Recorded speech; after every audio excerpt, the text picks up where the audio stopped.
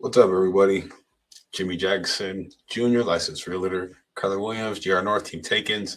So I couldn't make any videos last week. I was sick. I was down. So um, back making a video today. Real estate investment trust versus stocks. People are always curious about what it's like if you have your money in real estate investment trust versus just the stock market, cryptocurrencies, etc. So I figured I'd just make a short video. Try to summarize it really quick. So yeah, let's jump into it. So today I want to break down, a question a lot of people hear but don't, fully understand. What is a stock? What is a real estate investment trust? And what's the difference between the two? So first of all, this isn't financial advice. This is just educational. So, you can make better decisions for yourself, just for those people who are just curious. Number one is, what is a stock? Let's look at the definition. A stock is an ownership in a company. When you buy a stock, you're buying a small piece of that business. So companies like Apple, Amazon, Microsoft, Google, it's how stocks make money. Excuse me, that's where you put your money. You put it into that company. So how do the stocks make money? If the company grows, the stock price usually grows. That's appreciation. If there's depreciation, then your money goes down. A lot of people, they buy when it's down, and if they need to sell, if they want to sell, they sell when it's up. Same concept with cryptocurrencies. You want to pay attention to the news. You want to pay attention to the stock market in general. And you want to pay attention to the company itself. If the company like AI, NVIDIA, like they're like the number one AI stock you should pay attention to. They blew up. Medical marijuana. If you keep your eye on medical marijuana, stocks take years to develop. It's like a long-term investment. You want to put your money in, you want to let it sit. There's phone apps like Acorn. I've used Acorn since 2014. You can put your money in and it'll use the S&P 500, the biggest stock that are out there, like the top 500, and it'll put your money in and it'll let it grow. But it's like a long-term investment. Stocks, cryptocurrencies, REITs, you have to be patient. If you're looking for quick investments, you want to be a stock, like a trader, like you want to put it in at 2%, but you need to start. If you have a lot of money, you can start big. But if you have a small amount, you have to grow it off compound interest. So, you put it in when it's at 3%, sell it when it's at 5%. Put it in at 5%, sell it at 7%, because those small percentage gains will grow. If you make 2% off $5,000, you know what I'm saying? And if it drops 1% on Monday and then it goes up to 3% on Tuesday, if you bought in at 2% and it goes up to 4%, that 2% gain, and then you sell, you can do that week by week by week, and your capital interest, your compound interest will go up and up and up and up. So, but if you're patient and you have confidence the company will grow, you can just let it sit gradually over time, but it's a risk. A lot of companies fail. You have your politicians, you have, the big dogs who, if they make rules, regulations, changes every 4 years, we have new wave of every 2 years, we have new wave of politicians in the Senate seats. You know what I'm saying? California has freaking 100 senators, like Maine, or I think it's Maine, Connecticut or something has like 4. So, it's the Senate seats, the House is always changing, et cetera, et cetera. So a new administration comes in every 4 years. So you have to keep an eye on all of that if you're in the stocks and if you're in the real estate investment trust also. All right. I kind of rambled on that one. Anyways, so next, some companies also pay dividends. That's cash paid to your shareholders. It's kind of like they're paying you a small percentage for being invested in them. Because if you're invested in them, you're helping them out. So it's like, let's say you put your money into my business. If I own a business and usually they have to be growing or pretty valuable to pay you a dividend, but it's like me saying thank you. Because if my business was worth 10 million and then I put it on the S&P 500, or no, not the S&P 500. If I put it on the stock market and the value of my business went up because now there's stocks and they just skyrocketed, I'm gonna say thank you guys. Thank you very much. Keep your stocks in there. I'll give you guys dividends.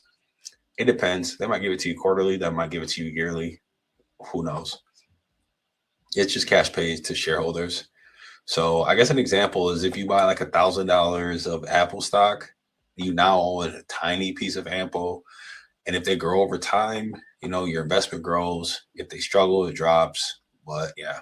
So why are stocks beneficial? Stocks are powerful because they have historically been one of the best long-term wealth builders. The benefits, higher long-term potential, like I already said, they're easy to buy and sell. The ownership in innovation and businesses that scale globally. But the trade-off is the volatility. Stocks move every single day, every day. Now, what is a real estate investment trust? A real estate investment trust, which is an REIT, is a company that owns income-producing real estate.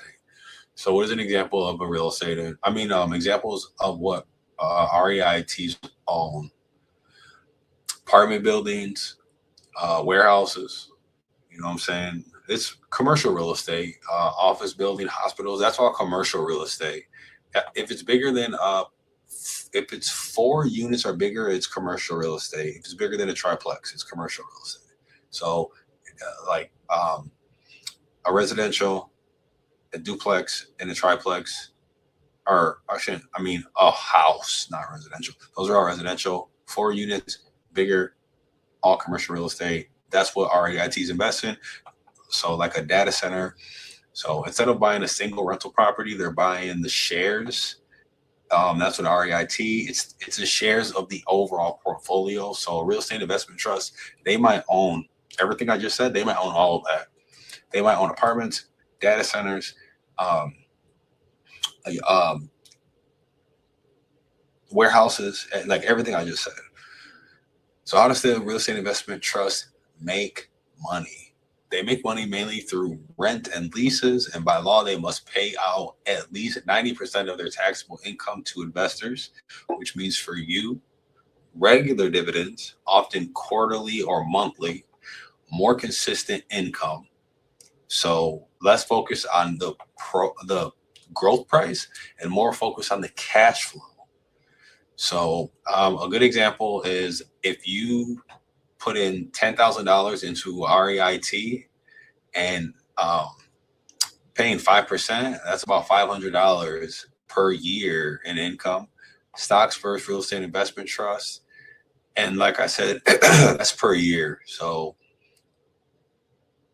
in 2 years, you got $1,000 back.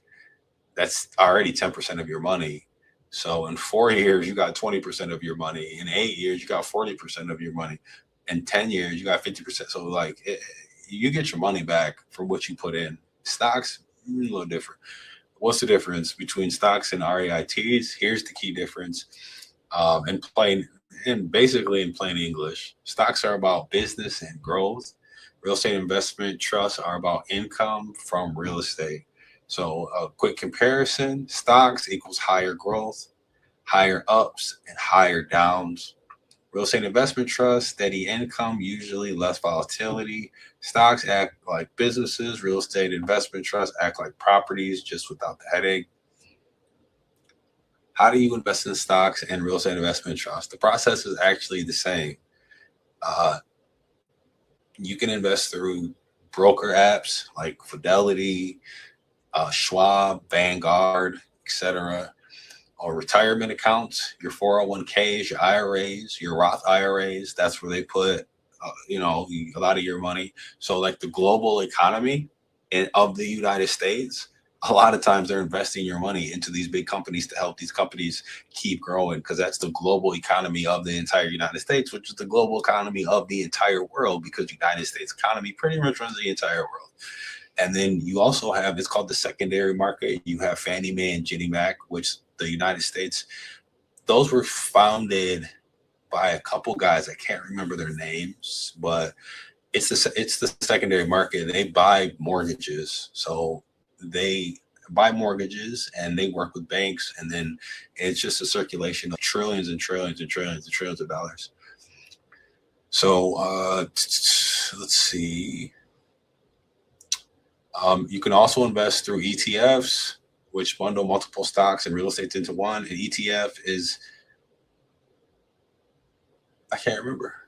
An ETF. Let me look it up. Let me try to look this. Remember to look it up. An exchange trade fund. Let me look it up to make sure. Yeah, ETF. Yeah, an exchange trade fund, where you put all your money together, and then it's a whole bunch of things bunched together, and then if you take your money out, I believe you have to pay.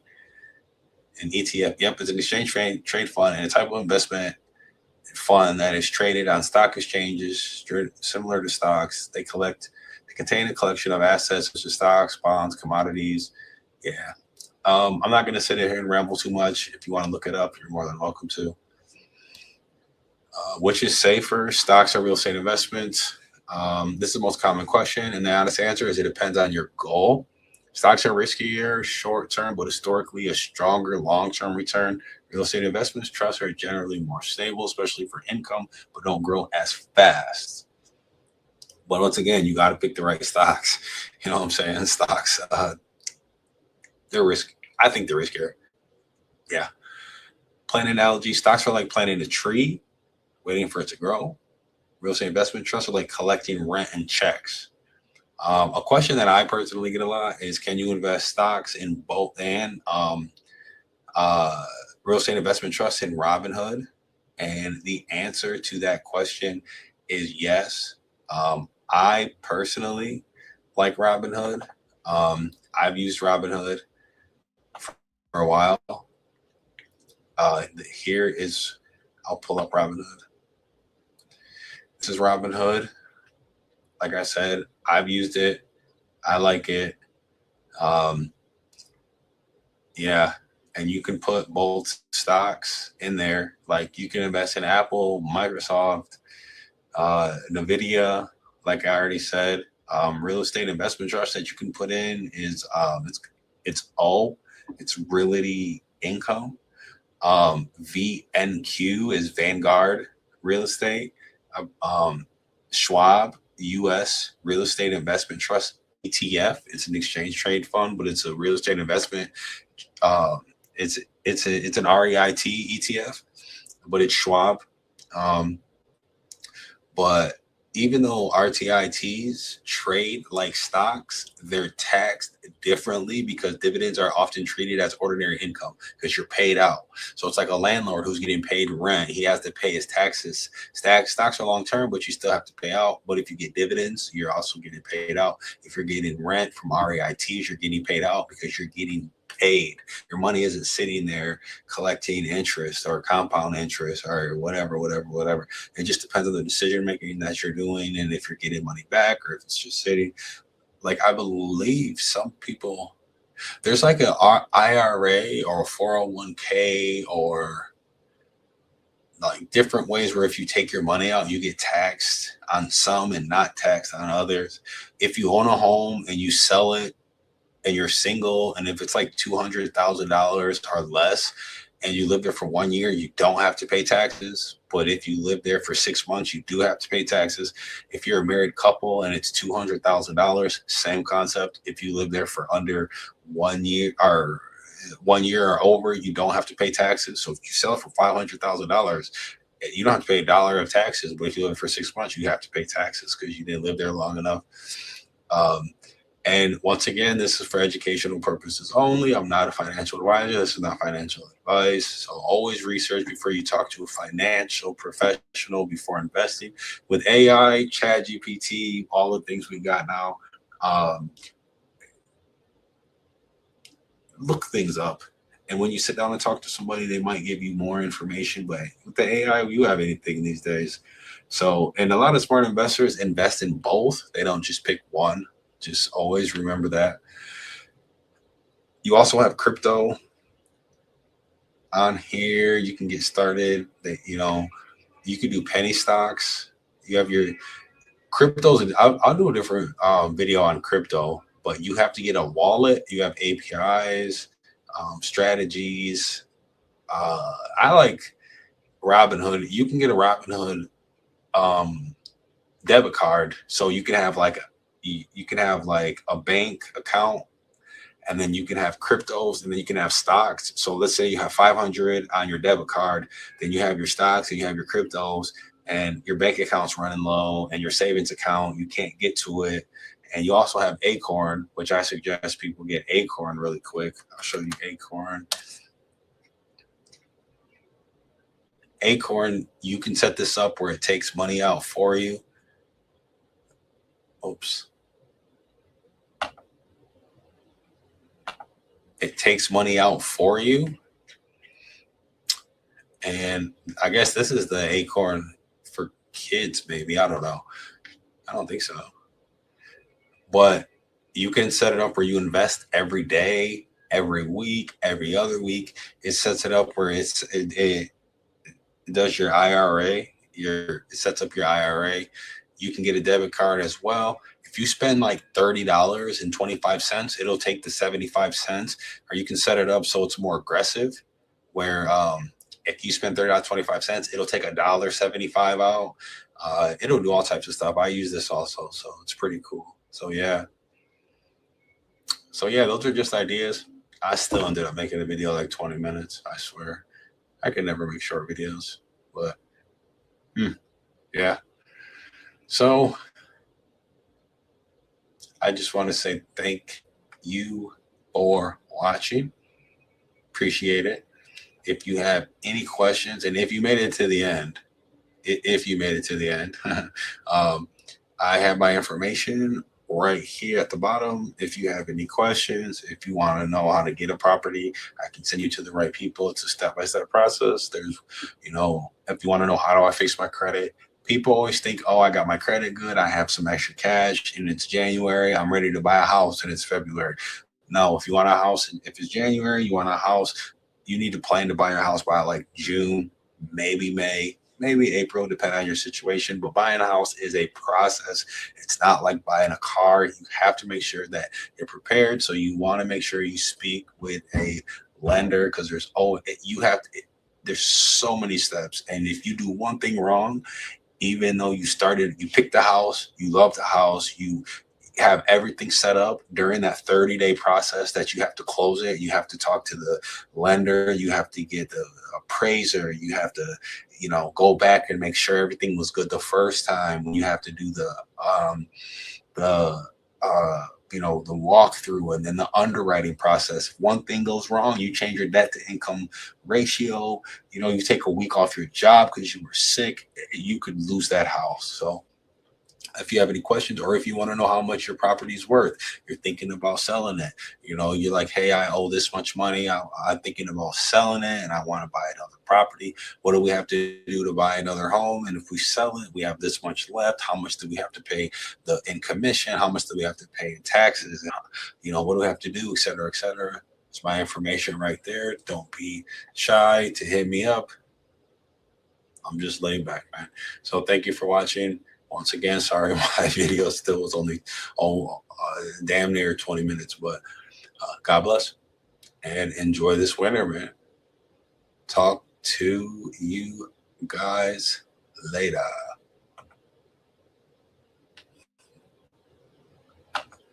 And my intro is not set up.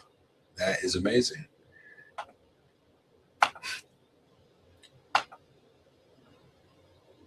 What? Well, if you made it this far, I appreciate that. But I lost my intro. What happened to my intro? You gotta be kidding me.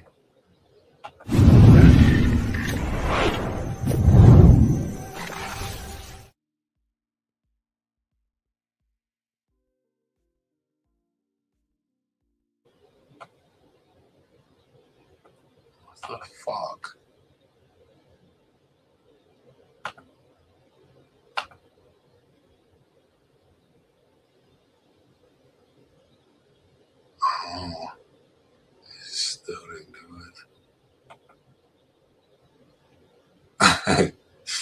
Oh, if you made it all the way to here, can you please laugh with me? Because I set my intro and it still didn't end the video. So, well, I got my intro set.